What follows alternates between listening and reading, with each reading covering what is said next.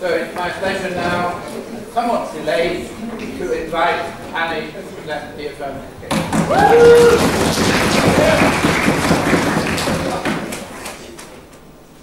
Greece, Spain, Portugal, Cyprus, and now Italy. Together, they're commonly known as the Euro crisis. Because side proposition knows that this is due to a structural problem, not just an individual occurrence, that comes with having a common currency and a common monetary policy without fiscal union, we are proud to propose a motion that this House believes that, in the long run, there is no hope to save the euro without a federal euro. To clear up today's debate and to provide us with an easier way to clash, a more effective clash, we would like to provide some definitions. The first is that save means to preserve the functionality of the euro, meaning that it will remain the common currency for the majority of the current nations using it. This means that if one or two nations leave, it is irrelevant to the question of whether or not the euro has succeeded or failed. We have to look at overall success or failure. In the long run is defined as, in the long run, clarifies that the solution for the motion is looking not for an immediate fix, but for a long-run sustainable fix. This means that in order for either side to win, for there to be hope in the long run, there must be a solution that can be maintained over time. Federal Europe means cross-border centralization of European governmental authority. This could include various facets and levels of centralization, but a particular model of the propagative has two prongs. The first is that we will continue the monetary union of the status quo, but institute European-wide banking, supervision, and regulation. Instead of having 27 different national banks, all of which report back to the European Central Bank, which is a somewhat misleading name, because actually it's just the head bank over a system of independent banks. We will have a system of banks that are actually linked by the same policy with one national bank that is actually in authority. And will regulate monetary policy. Second is that there will be institution of common fiscal policy at a federal level. A majority of decisions about taxes and spending will be made by a federal institution, but like the United States of America and like the Swiss Federation, there will still be a lot of individual fiscal discretion left up to the level of the smaller units. Simply attempting to poke holes in the model is not enough. Rather, they need to prove the opposition burden, which brings me to our burden structure, which I would like to establish next. The proposition burden is to demonstrate that the euro in the status quo is doomed to fail, and that federal Europe is a unique and necessary part of demonstrating and reversing the effect and the direction that the euro is heading. The only arguments that impact back in this debate is to the success or saviors of saving of the euro. Arguments about how the Eurozone is bad or ineffective or will fail, no matter what, are not irrelevant to the question of what we can do to save the euro. The burden is to prove that there is a way to preserve the euro independent of federalism. They can try to define the debate away, or they can clash with us on the substantive issue. That is, can you have a common monetary unit that has the same currency without fiscal unity? We'll bring you three arguments in today's debate. First is economic reasons why the Eurozone will fail without federal euro. The second is that federalism solves these structural economic problems. And the third, which our second speaker will talk to you about, is why, without federal Europe, economic turmoil will lead to political tensions, lack of cooperation, and disintegration. So on to the first point. What economic reasons why the Eurozone will fail without federal Europe? The discrepancy between monetary and fiscal policies cannot continue. Crisis in Europe is a product of uncentralized financial speculation within many markets, starting with housing and mortgages. Traditional methods to control the macroeconomic variables, like monetary policies, have been provided to states by the European Central Bank. But because they all have different taxes, different tax rates, and different things that they spend money on, this differing fiscal policy with the same currency will never work because it is divisive.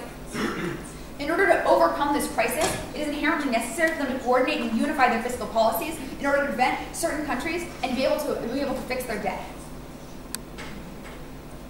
The countries of the Eurozone is not one about how many regions have different policies. The value-added tax, which is the main European Union tax, varies completely among different nations, which is a clear example of the ways in which their fiscal policies divide rather than unite. According to Reuters, from the creation of the euro until the crisis in 2008, major current account imbalances have developed among many nations. Germany made tough structural reforms, raising the age at which you could get retirement, and to increasing foreign investment and keeping their manufacturing institution. Whereas Italy and Spain and Greece, both of these had higher labor costs and less effective investment. The second point is that federalism is the only way to solve these economic problems. Federalism allows for accountability among nations, and a disconnect in the national budgets and policies are what caused the euro crisis in the first place. In 2011, Nicholas Mason Landry conducted a study that showed problems with the current crisis. They looked at all of the countries and what their economic policies were and their levels of success. He found that all of the countries in which decisions were made at a national level were the countries where the problem was started. In the countries that followed the universal European fiscal policy, they were the countries that didn't have a problem, that didn't cause the euro crisis. Yes? The reason these countries have differing policies is because each individual nation has a different need.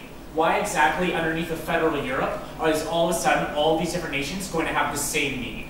Absolutely not. No one is suggesting that nations will have the individual same need, which one is why we suggested in the first place that each individual nation will be able to establish at a certain point different levels at which certain things under a universal budget will be allocated. But also, if that's the case, then they shouldn't be in a monetary union. That might be a reason why they shouldn't have the same currency. But since the debate today is about the euro and how to save the euro, we have to debate about what is most effective. Don't let them skirt the clash. I actually want to debate about this.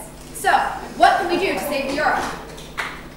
Anytime there is a financial crisis, there is only one way to respond, and that is a state-to-state transfer of funds.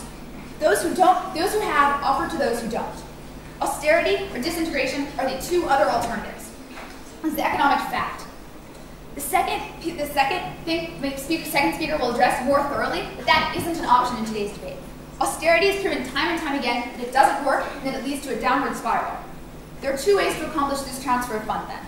Monetary policy, lower interest rates, increase exports, GDP, and create enough inflation to get people off the ground again and to adjust. Or fiscal policy, give money from your coffers to theirs. Those are the only options. In the euro, without federal connection, neither one of those options is possible. Countries in serious trouble have only one option, to beg from other countries to get money. The history of the Eurozone shows that begging leads to austerity, and austerity does not work and makes it worse. In that case, there are two solutions. We break up the Eurozone, or we unify fiscal policy. The limitations of this motion say we cannot break up the Eurozone, so we have to limit fiscal policy.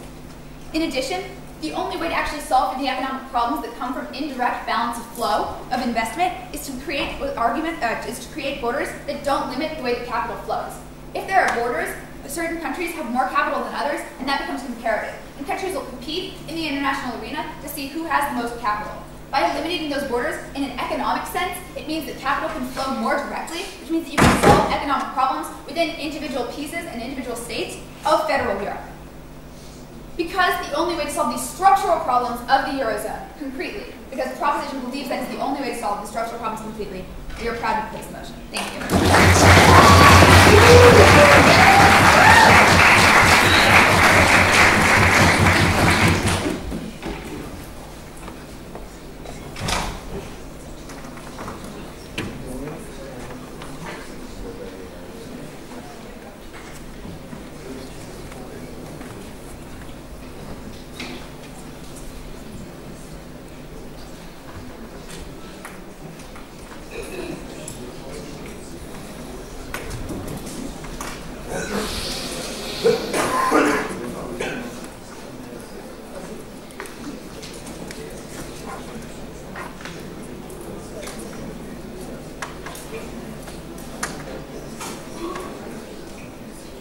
My pleasure to call Grace to present the first negative reply.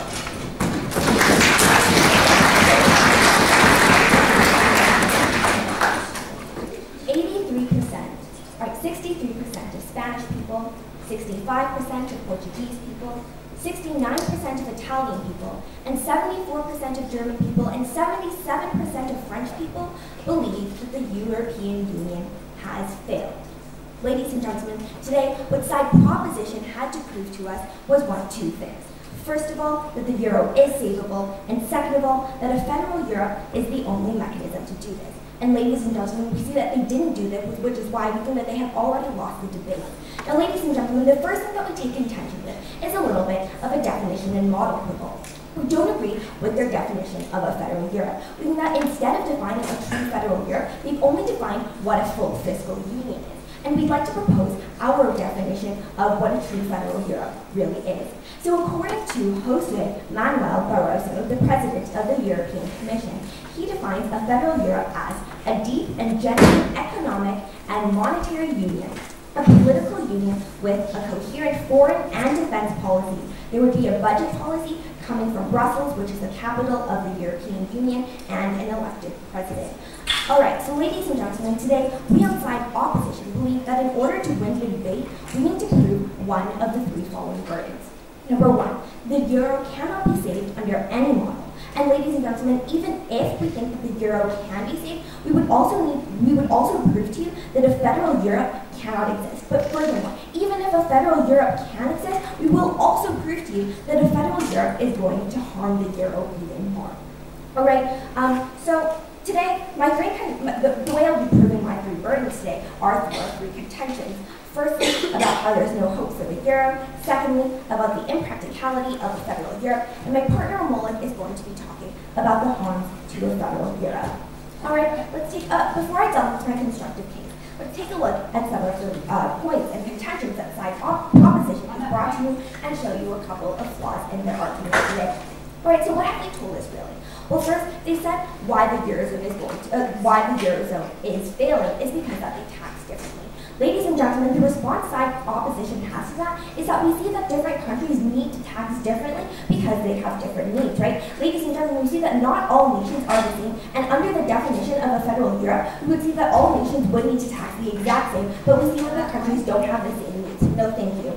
Furthermore, they told us about the structural issues, about how state-to-state transfer of funds is going to work. Ladies and gentlemen, we see that the status quo is already doing this, right? They're basically giving us the definition of banking right now. Furthermore, they said austerity doesn't work. Ladies and gentlemen, we think that they've only asserted that. We didn't really hear any analysis on that. We'd like to hear a little bit of that from their second speaker today.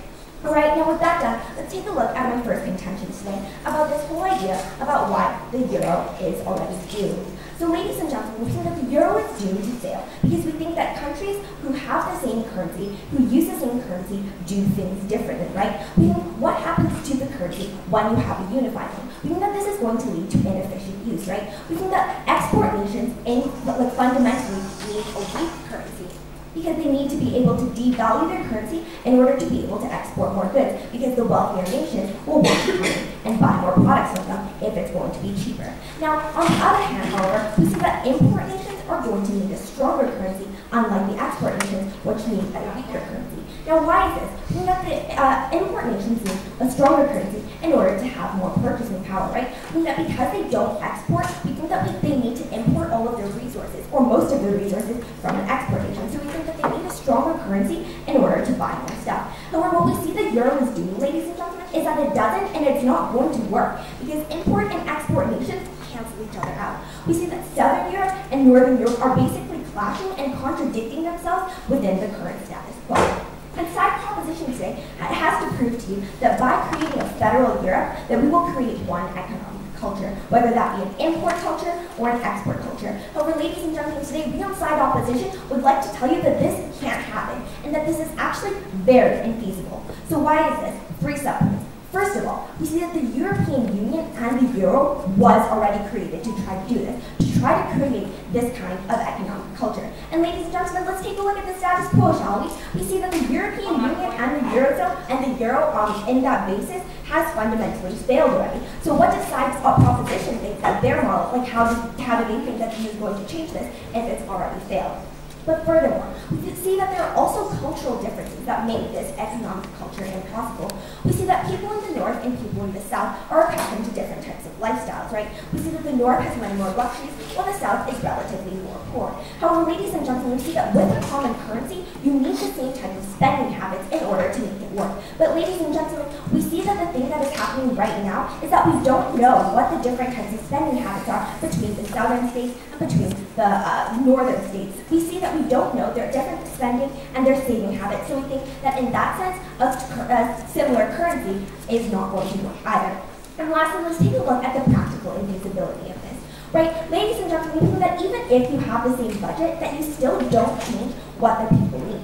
We think that the North still needs to export while the South still needs to import a lot. We think that the South doesn't have the capability or the demand to build, while on the other side, the North isn't willing to import because it's going to hurt their citizens on a whole. Sure. We never actually stated that you have to use your budget in a certain way. We're saying that everyone needs to have the same budget. Again, this goes back to the model rule that we were trying to define, ladies and gentlemen. I mean that they defined the definition of a federal Europe as something that was simply a fiscal union, not the federal Europe that we would define it as we have already proposed in our redefinition today. All right, let's take a look at my second contention today about the impracticability of a federal Europe. So ladies and gentlemen, we think that no country actually wants to have their sovereignty impeded upon, both principally and practically. So let's take a look at principally first, right? Oh, but before that, we think that even if side proposition solutions work, we think that it wouldn't be practical in a practical world. So let's take a look at the principle aspect of this, right? Like, why is it that principally no country wants to have their sovereignty impeded upon? Ladies and gentlemen, we think that no nation wants to have the views of its people be overruled by the views of another nation, right? We think that the needs of everyone, everywhere, are fundamentally different. And we see that because all nations do want to be powerful, they do want to be like the best that they can, we think that they're not going to want to have other countries impede upon their sovereignty. Because we see that you can't be powerful when you're not sovereign, because you can't make your own laws, because you can't control what your people do, and all of these other things like this. So let's take a look at practically. Why is it that practically no country wants to have their sovereignty impeded upon? Well, ladies and gentlemen, we think that a powerful nation like France isn't going to want to give up its power and its own laws to be decided upon by other nations, right? We see that France isn't going to want to give up the Napoleonic Code or their immigration structure just to save a dual currency. But furthermore, we see that countries also want to work in their self-interest. We see that they're not going to put things at risk just to save a dual currency, meaning that they don't want to be lumped in with other nations' economies, especially if they're going to be weaker. We think that this is going to hurt the more powerful nations economically. Alright, secondly, we see that no country wants to have their culture impeded upon as well. We see that culture is so fundamentally important to all Europeans. Ladies and gentlemen, you see that when you ask a European today where you're from, they're going to answer, I'm from Germany, or I'm German. They're not going to tell you that I'm from Europe and that I'm European. So we think that they're not going to identify with this federal Europe, and we think that they're not going to be able to accept this. And ladies and gentlemen, it is for all of these proposed reasons so far that we are so proud to oppose the motion.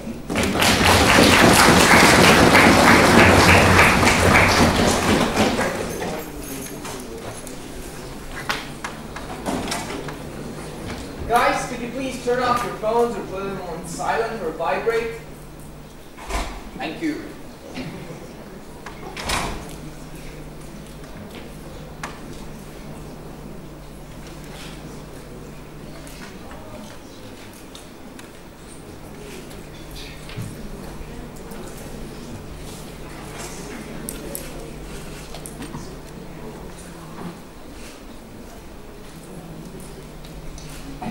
It's now my pleasure to invite Amelia to present the second argumentation in favor.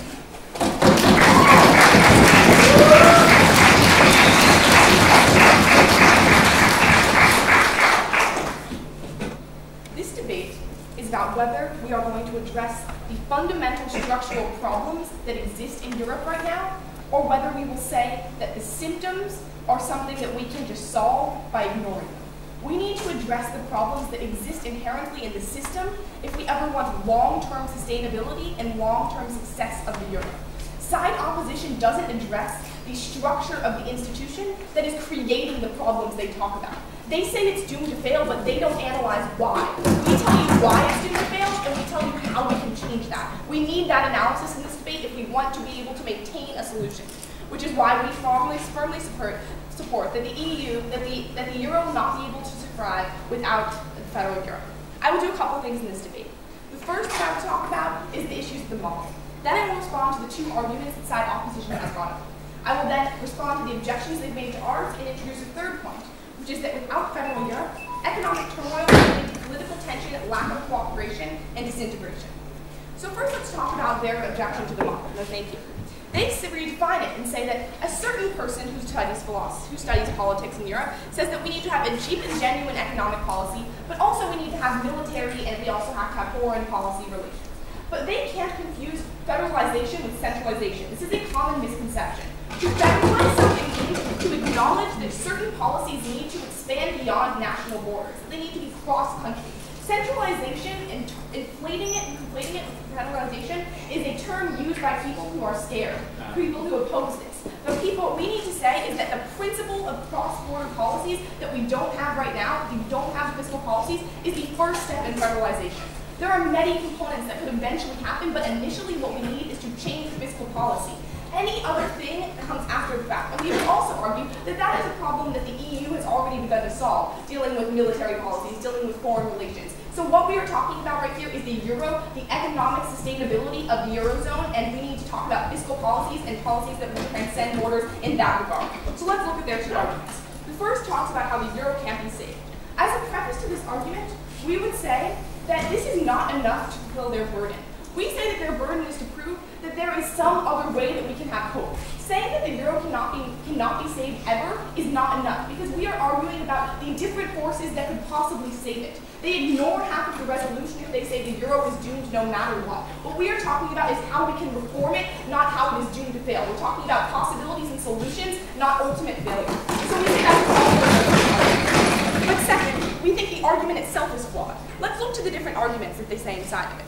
They say that we need to tax differently, that things will be better if we can make our own decisions. But we argue that taxing differently and devaluing things is what led to situations like the Weimar Republic, where there was so much money, so much inflation, that people had to bring barrels of money to the supermarket to buy a loaf of bread. We think that when we have monetary continuity throughout the continent already, we need to have the fiscal policy to avoid situations like these and avoid fluctuations that are detrimental. No, thank you. The second argument they make is that this is an inefficient use and that people are going to have to produce things on their own and it's going to be harmful for the economy. But we argue that it will be better when we have one Europe working towards the same goal, because then we can split up things where they are best done. We don't have to have every different country creating their own policy and reproducing things that they aren't as efficient at creating. We can have one Europe, and each part of Europe will do their best task.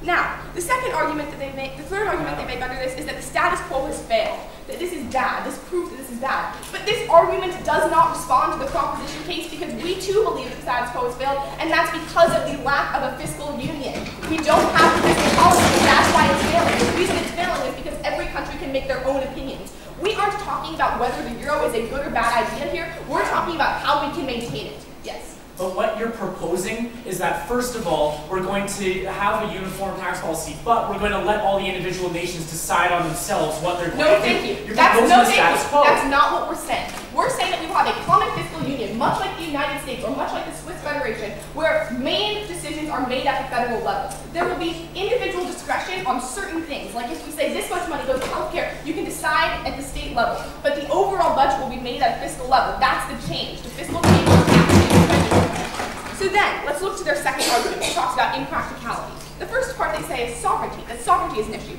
But they have already given up their sovereignty by entering into the monetary union. They failed to acknowledge this. The sovereignty will be released. There's no going back. We're in the monetary union. The question is where we go from there. Then, the second argument that they make under this is that we don't want to be lumped together. This is going to be harmful for the rich. But what we have to realize is that the status quo has the monetary union. That is something that we must accept in this debate. What is harmful is that these countries are lumped together in a monetary union with no means of making a policy that functions with the monetary union. If they're worried about the rich countries, how are the rich countries ever going to be able to succeed if they are liable for the faults of the poor countries, but they have no way to influence the policy in the poor countries? If we're worried about the rich, we have to have a fiscal union. Their last argument talks about culture, how that people will always identify as being Germans or being French or being Swiss. But we argue that this is what needs to change. The livelihood of the euro depends on a Europe that is united, on a Europe that thinks that Europe is the main goal, not their own country. We need to change this opinion if we want the euro to succeed. So now, let's hope, no thank you. So now that brings me perfectly into the third argument, which is that without a federal Europe, economic turmoil will lead to political tension, lack of cooperation, and disintegration. In the absence of more cooperation and integration, Europe will lurch from economic crisis to economic crisis. National decision-making and country politics will mean that the euro always gets the blame. They will campaign for office, blaming all problems on the national currency of the past. They say that we can get our own currency and that will solve the problems. The problems are collective. The problems are with the euro. The problems are not with us. We can prove that this is going to happen with grounded examples from the world today. A first is the tension between Greece and Germany. When Angela Merkel went to Greece last year, she was not received with a warm welcome. She was, in fact, blamed for the austerity measures that she imposed on them before they could get a bailout. This was also the reason for riots in both Greece and Spain. 7,000 protesters threw petrol bombs and rocks at the police. They blamed the euro for their poverty. But the other end has problems too. We can look at this through Germany's eyes, where there's equal frustration. Over 2 generations, one goal of the European project has been to narrow the differences between Germany and the rest of Europe. But recent economic difficulties have only amplified those dissimilarities. Germans feel better about the economy, their finances, and the future of economic integration. But the rest of Europe isn't on the same page. There are tensions that go on and on. 67% of Cyprus wants to leave. All of the statistics that their first speaker opened up with, everybody who hates this, are reasons why we need to create a fiscal union and to create more cooperation. Because right now in the status quo, every single statistic is a reason why that we are going to abandon the euro. Because that brings me to my third point, to the next point in this argument, which is that the only option, aside the 2 that my first proposition speaker brought up, is leaving the European Union, leaving the Eurozone, and becoming your own nationality. That you can de facto and go back to your original currency and then go on from there. And that's what's going to happen. Because since so many people hate this right now, as given in their first speech, the only way to preserve the livelihood is to create integration, to create cooperation, and to create cooperation. We need more Europe, not less. Because by receiving the European project through a universal lens, not a unilateral one, we will actually make the changes in opinions that will make this necessary for our cooperation. This debate is not about any other impact about whether the euro will live. The way that we get it to live is by getting us to cooperate and all on the same page. If we aren't on the same page, then there will never be hope of changing the fact of the status quo and to maintain the euro, which is why we propose.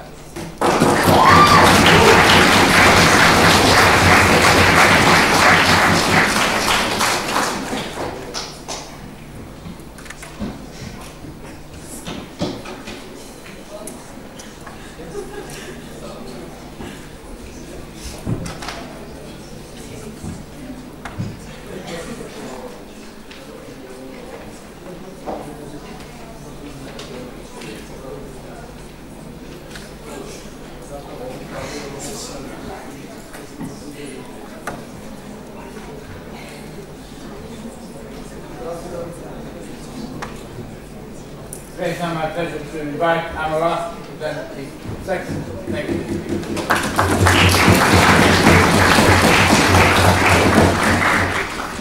So we've heard a side proposition today that doesn't understand the true detriment of having a federal Europe.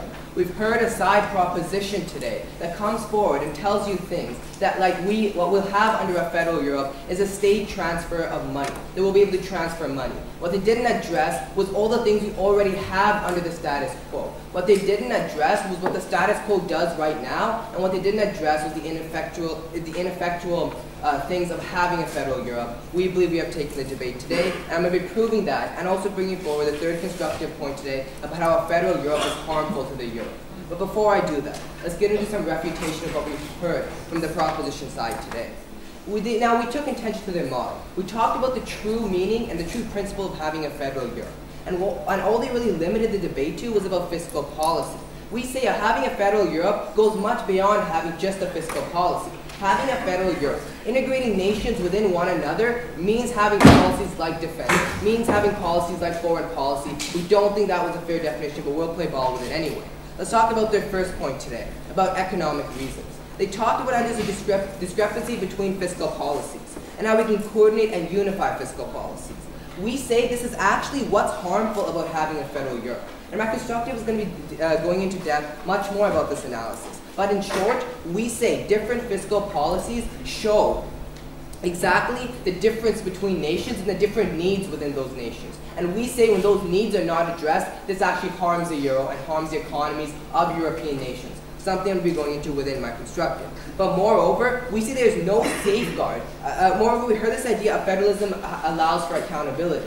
We simply say there's no safeguard that now the different regions within a federal Europe will still be accountable. Just because you go and say, hey, we set for you a budget, but as it said in the POI, we're not actually saying that you have to follow this budget or you have to do everything like that. We're just making suggestions, not necessarily making policy. We say that actually this is harmful. We say that actually there's no safeguard that now these regions are going to be accountable because these regions are not getting the needs and the things that they need to have because they are different nations, because they have different policies, something we brought forward in our first point. But thank you. Moreover, they talk about this idea of state-to-state transfer funds, one of the benefits that they brought forward. We say right now this already occurs under the status quo, but moreover, we say like we looked at the Euro crisis, where we saw AAA nations bailing out Greece and bailing out other nations that were failing. We see that there is a state-to-state transfer of funds. Let's move into what we heard from the second proposition side today. And the second proposition came forward and talked to us about tensions between Greece and Germany. What they did not prove to you is why a federal Europe would fix that. They did not prove to you that when you integrate Greece and Germany, when you tell them that they're no longer allowed to have their nationalism, or tell us and try to integrate their cultures, they never told you exactly why that would relieve tension. Maybe they can do it right now. No one is telling these nations that they can't have culture, can't have nationalism, or can't make some fiscal decisions. The way that a federation works, that you don't seem to understand, the federal system works, is that there are individual budget decisions made at a federal level, and then within that budget, states make decisions. I.e., X amount of money spent on healthcare. Within that, you can spend a certain amount on vaccines and a certain amount on other forms of health. I get your question. So basically what we have to say to that is right now, why exactly do we have things like national anthems, national flags? Why exactly do we have countries making their own policies? Because we realize that nations are independent of one another, and right now, although we have a Europe right now that are trying to integrate themselves, we say that they do require different policies, something we're getting into later. And we would say that when you try to integrate them, you ultimately harm the people. This causes problems. The last thing we heard on the refutation side was nations will save the EU.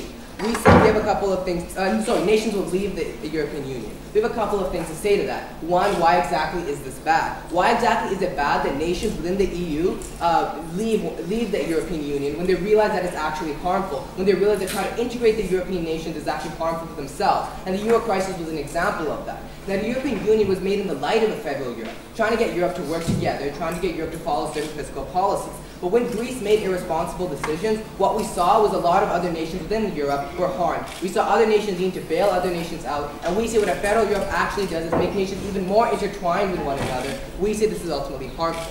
Now let's move to a little bit of reconstruction of our first point, and how Euro is doomed to fail. And thank you.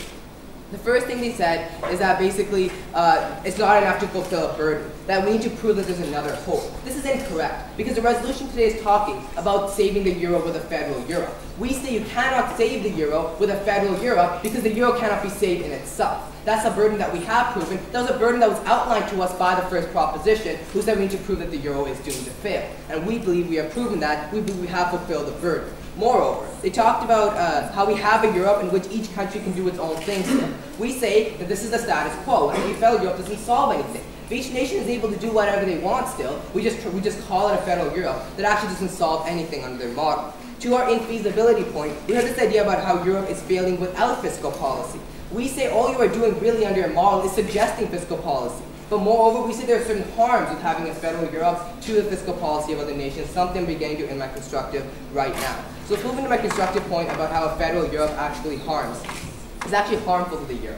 So Mr. Speaker, the first thing we need to realize is that the nations within Europe are diverse. And within their needs, we think that it's prevalent to like economic policy. We said that the policies set out by federal Europe's central government that they're trying to propose can't virtually cater to every single nation within Europe. We said these policies can't adhere to all the European nations' needs within that federal Europe. We bring forth the example of Greece and Germany. We say Germany right now has developed to a point where they need to keep debt to a strict control. That if they were within a federal Europe, they would try to make policy that would keep nations from racking up debt. We say, however, you have countries like Greece then, who need to spend to help lift this economy, who requires to spend because what they need now is to develop through spending.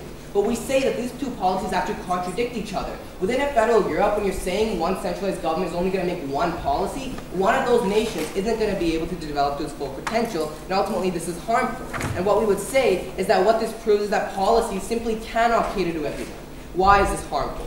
We think what this allows for actually is different regions within the federal Europe to become more self-interested because they want to profit. and they want to reach the same status that they had maybe under the status quo. And ultimately, as a result, the result is that some nations will develop and some don't. For example, either Greece gets a policy that helps them develop, but within that, Germany gets a policy that doesn't help them develop because they need strict debt control. And or vice versa, Germany gets a policy that helps it develop, but then Greece doesn't. Either way, the nations are doomed to fail. And we don't think this is helping the euro. Because what we believe is that if economies aren't able to develop their full potential, the euro is harmed because the euro is reliant upon these economies. Let's talk about the final harm of stability.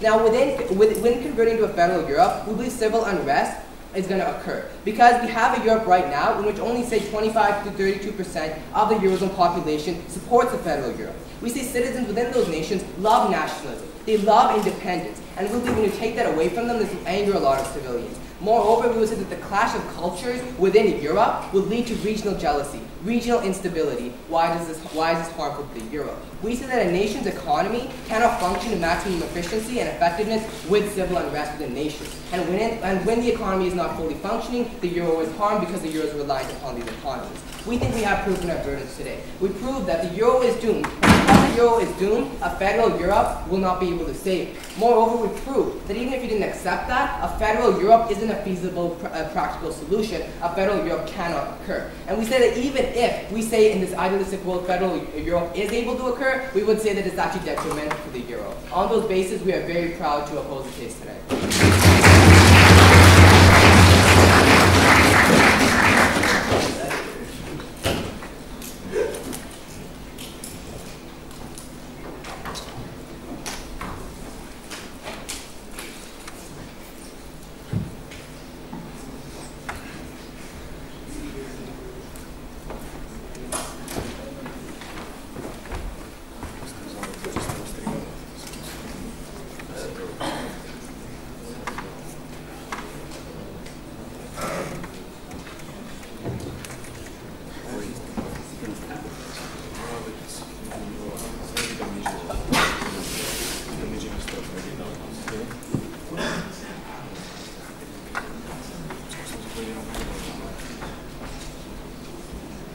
Now my pleasure to invite Sarah to present the third voting machine.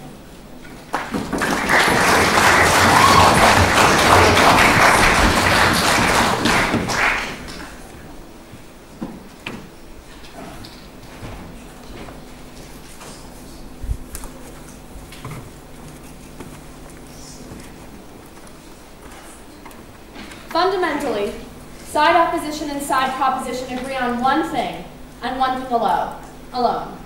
There is a crisis, but here's the difference in our cases.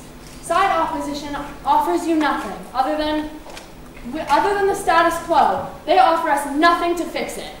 On side proposition, we realize that we must address the situation, and we must offer an alternative to the status quo which is failing, which is why we urge you to vote side proposition on this debate, and we are proud to propose.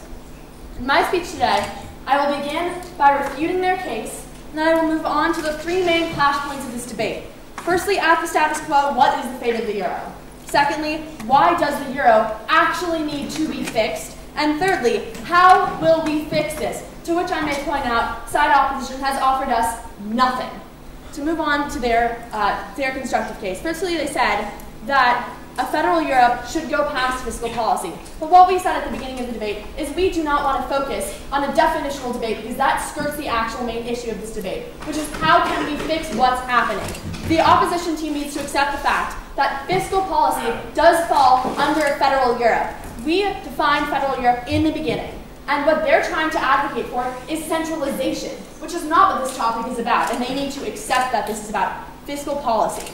Secondly, they said that we must address under our model the needs of different countries.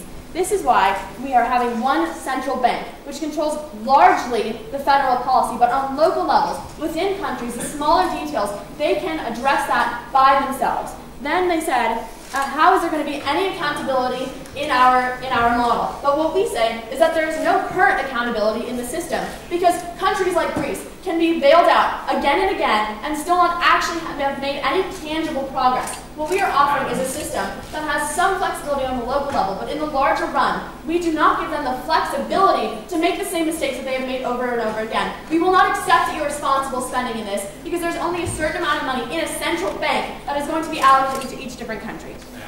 Furthermore, they said that we did not prove how a federal Europe will fix the problems. We did. That's all they said to address this, is that we didn't prove it. But they've offered no constructive analysis of the reasons why our model will fail. So therefore, this point is moot, and I will go on furthermore later in my case to explain why this will succeed.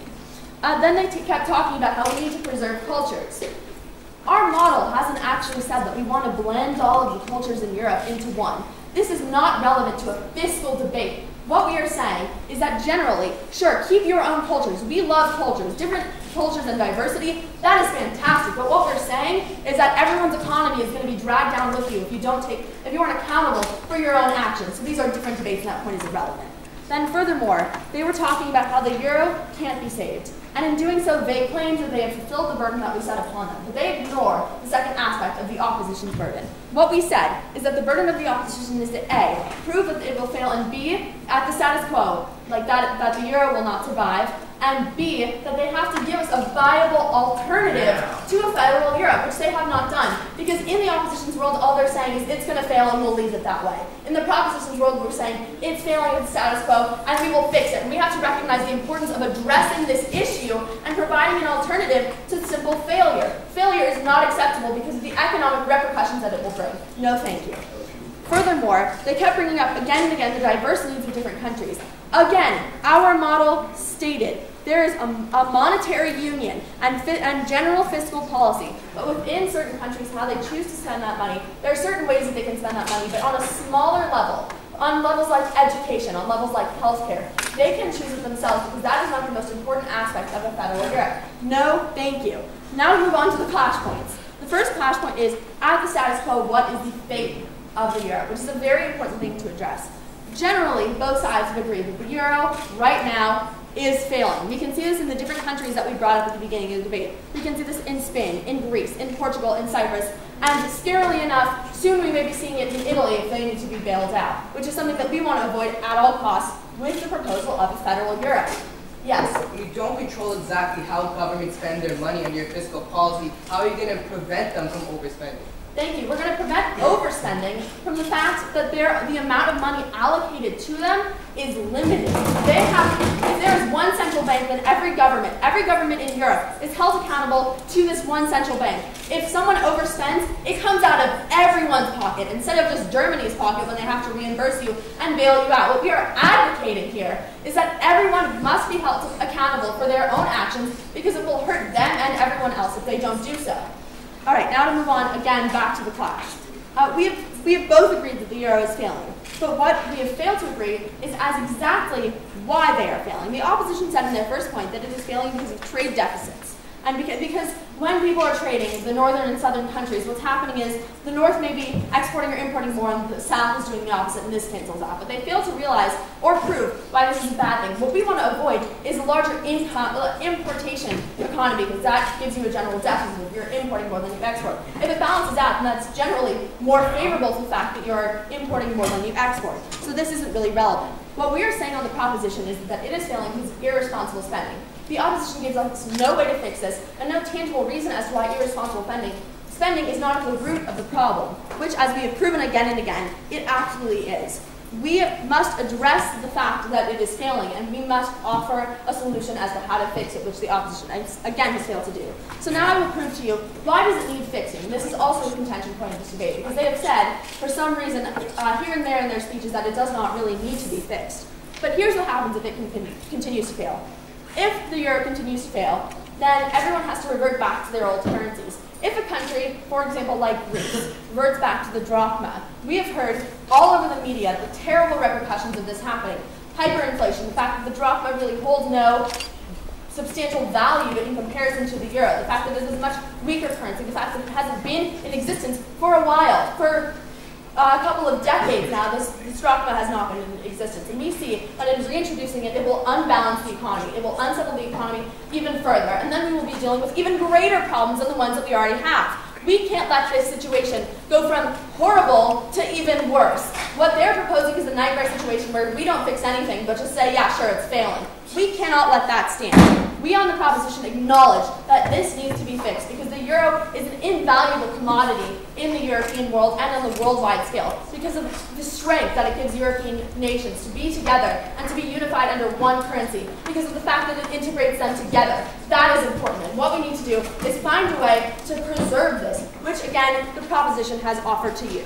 So how exactly will a federal Europe fix this, which is the third main flashpoint of this debate? All the opposition has claimed is that, you know what, it won't. We have gotten no real in-depth analysis as to why, but here I will offer you the reasons why it will fix the problem. The first main reason that we've given in our constructive case is that it is not allowing, that our model will not allow for nations to overspend and to overspend irresponsibly because there is a certain amount of money in general that a country will be able to spend, like from the general bank in the first place. They can't keep withdrawing money from the federal bank because there is going to be a check in place, as we stated. No one can just continue to take money for themselves with no general repercussions. Why we beg you to propose is because we all acknowledge that there is an issue, but we give you a solution. So the proposition case must stand.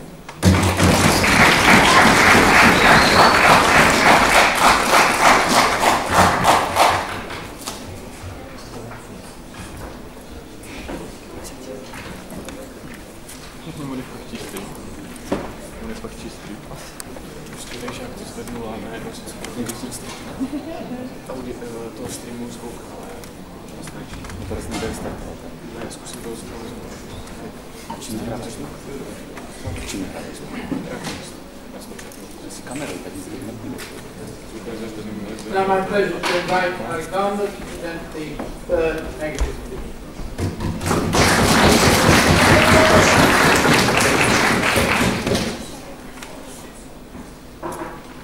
All right, ladies and gentlemen, side propositions come up to you today and said that side opposition needs to propose an alternative other than a federal Europe.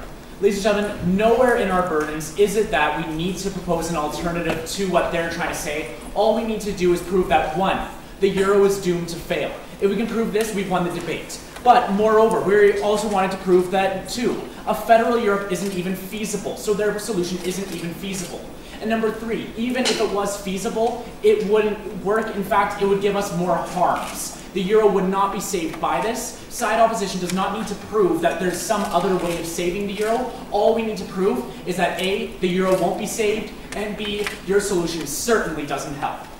So what I've done is broken this debate down to two main themes.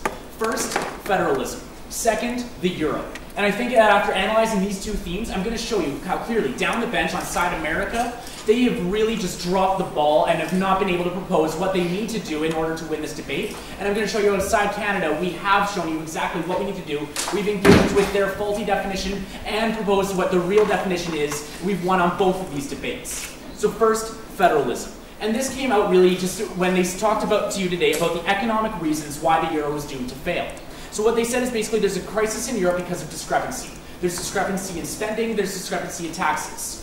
What they then went on to say was that, how are we going to fix this? Well, we're going to give you lots of money, and then we're going to say, spend it however you want. Ladies and gentlemen, no thank you. This does not help solve the discrepancy. There's still a discrepancy in spending. It doesn't matter if you're spending the same amount of money, you're still spending it unwisely. What you need to do in order for your model to actually work is to tell them exactly how to spend it. Then we went on to say, even if you did do this, this is why it won't work. It won't work if you do this because they have different needs, because they come from different countries. We analyzed import versus export economies. What did they say to this? This isn't relevant to the debate today, ladies and gentlemen. It doesn't matter that we have import and export economies because we can just amalgamate all of Europe into one import economy or make it into one export economy. Sure. You said we should do that. We did not say we should do that. We said given that the euro already exists, there isn't going to be one import-export economy, which you agree with. We said, given that that's true, the only way to actually make the euro work is with the federal economy, which you don't seem to, with the federal solution, you don't seem to understand. There are individual things at state level determined with federal Okay, thank you very much. So what they're basically saying is that if you have an import and export economy at the same time, then it'll work. Ladies and gentlemen, that's the status quo. So either you're saying that it'll create one import economy, which isn't feasible, it'll create one export economy, which isn't feasible, or it's going to remain an import and export economy, which doesn't work. So none of these three things actually work. None of these three things show how the euro can be saved. None of these three things show how a federal Europe will solve this problem. They've lost the debate today just on that one burden. Then they went on to tell you the structural flaws that go on right now. How we need to have a state-to-state transfer of funds to basically bail people out and not have austerity measures. What they didn't realize, ladies and gentlemen, was that number one, this is the status quo. Number two, this isn't working. Number three, a federal Europe wouldn't necessarily guarantee this. No, thank you. So number one, this is the status quo. We see that in bailouts of other countries like Portugal and like Ireland, this is what we're doing. We're giving them money to bail them out. Our opposition doesn't recognize this. They think we're only doing austerity, which again, they only asserted was a bad thing, never actually gave us any logical reason why. Hopefully they can do it in the reply speech. Number two, no thank you. Number two, they then went on, we need to see exactly why it is that this state-to-state transfer fund will actually work if it's not even working in the status quo. So if it's not working in the status quo, then how exactly is proposing the status quo, well, we know the euro's doomed to fail if we don't do anything, going to work? So we really think that on this theme of federalism, we've won the debate today and shown you how federalism just truly will not help the euro whatsoever. Which leads me to my second main area of clash, my second theme, which is the euro. So what do we see come out of side opposition on this one? Well, we saw our first point about how there is no hope for the euro, and we analyzed why exactly. We analyzed the status quo, and then we analyzed what exactly they were saying. We saw that side proposition needed to prove exactly how the South is going to be able to develop infrastructure to become an export economy, or the North is going to be able to just become an import economy, be willing to do these kinds of things. We said that basically what you're doing right now is that first of all, the euro can't be saved. Side proposition said, well, no, there's only one way to save it, and that is a federal Europe. However, again, they didn't actually tell us exactly why this will do anything. All they really said was that, oh, well, we'll have one central bank. If we have one central bank, then everything will be fixed. Ladies and gentlemen, we already have a European Central Bank. This is the status quo. We don't exactly see how having a new European Central Bank and then just dissolving all of the current national central banks is actually going to do anything.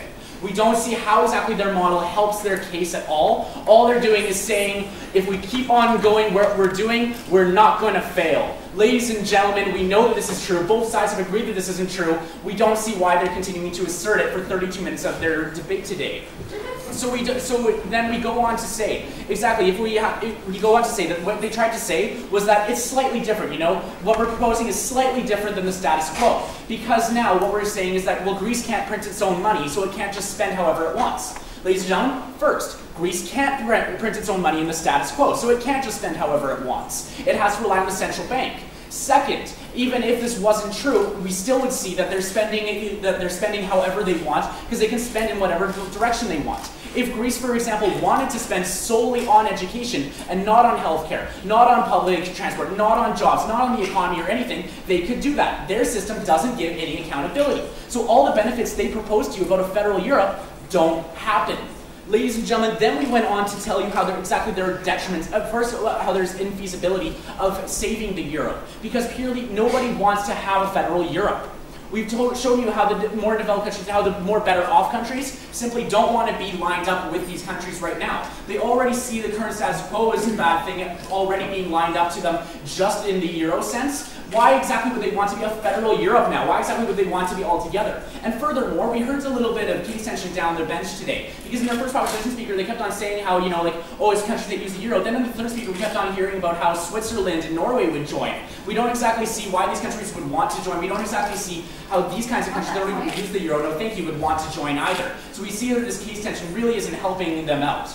But further on, we see that even if these countries didn't want to join, we said okay. We don't see why exactly all the countries that use the euro right now would want to have this one euro, to have this one federal euro. This doesn't save the euro.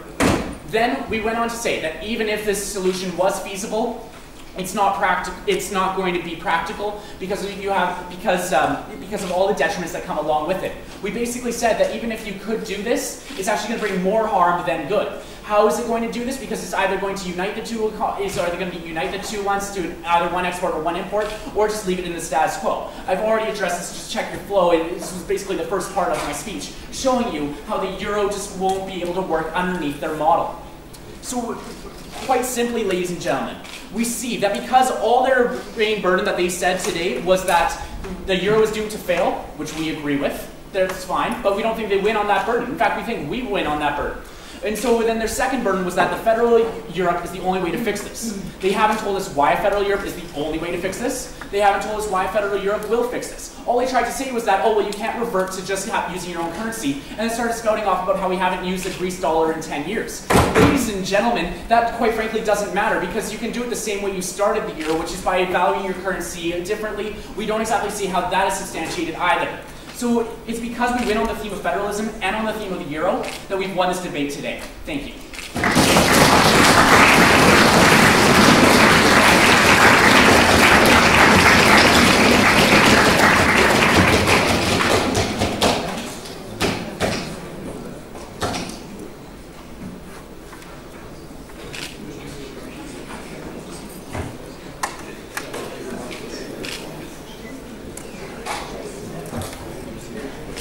Now my pleasure to invite Grace to present the negative slide.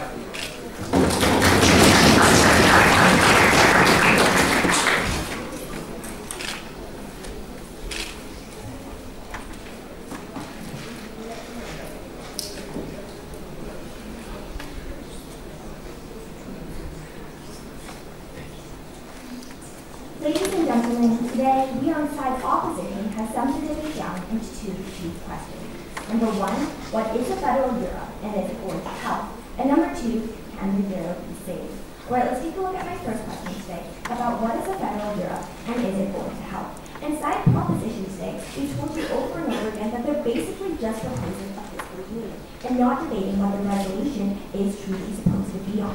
I think that what we would define federal euro to be, as defined already by the head of the European Commission, is that it is full integration, not just a fiscal union, but all the nations integrated as one, with one leader, with one foreign policy, with one defense policy. That this would be a nation that would work somewhat like Canada, the USA, China, all of these other nations like that, not just a fiscal entity with a central bank.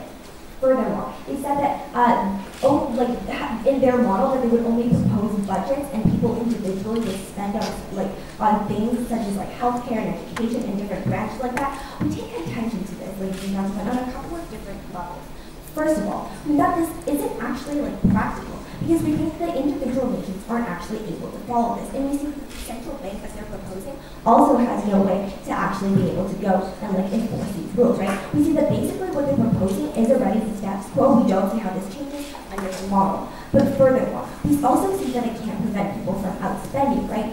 Well, they said that it could, but we would say that no, it can't, because if all their nation goes and spends all its resources that they get from the bank on one specific area, then, ladies and gentlemen, we would consider that those are overspending. But furthermore, we would question, who is the central bank to know and say how much each country needs, right? How does the central bank, someone who isn't even connected to that nation, know what exactly the nation's economic situation is? Who are they to tell them how much money they can use, how much money they can't use? And furthermore, what about in terms of prices, right? These are all questions that remain disputed. But furthermore, they said that state transfer of funds is good and is going to help. Ladies and gentlemen, I've told you once again, this is the status quo. A lot of what the side proposition is proposing today is actually what we have right now. So we think that this debate on their side was kind of completely pointless.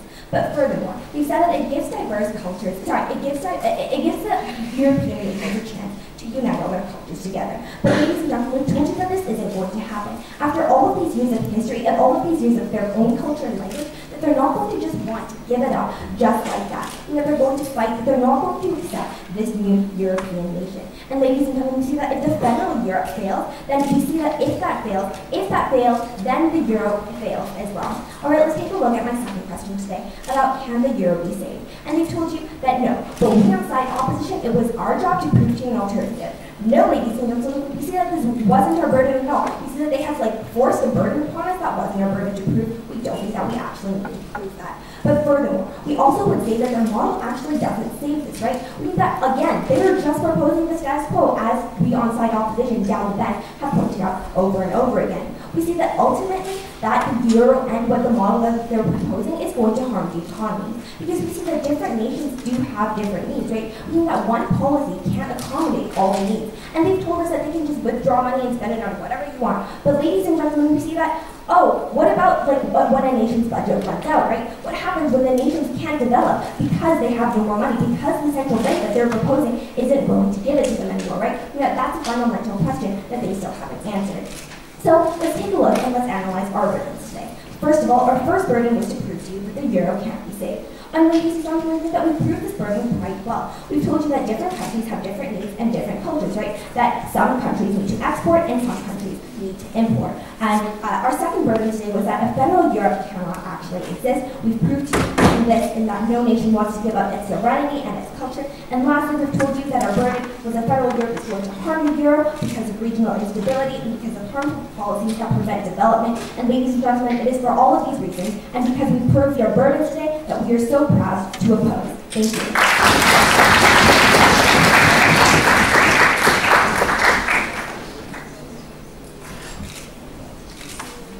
Now, my pleasure to invite him here to present the reply piece on the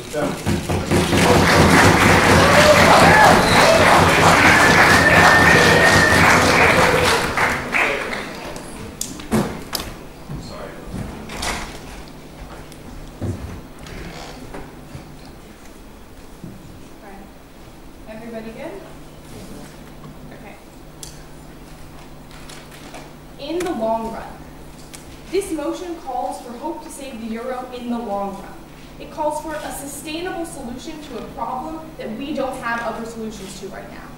There's only one thing that matters in this debate, and that is about hope of changing the current situation, about an ability to have some solution that in the long run, over time, if implemented correctly, would make a situation in Europe where the euro is compatible and the euro is able to thrive.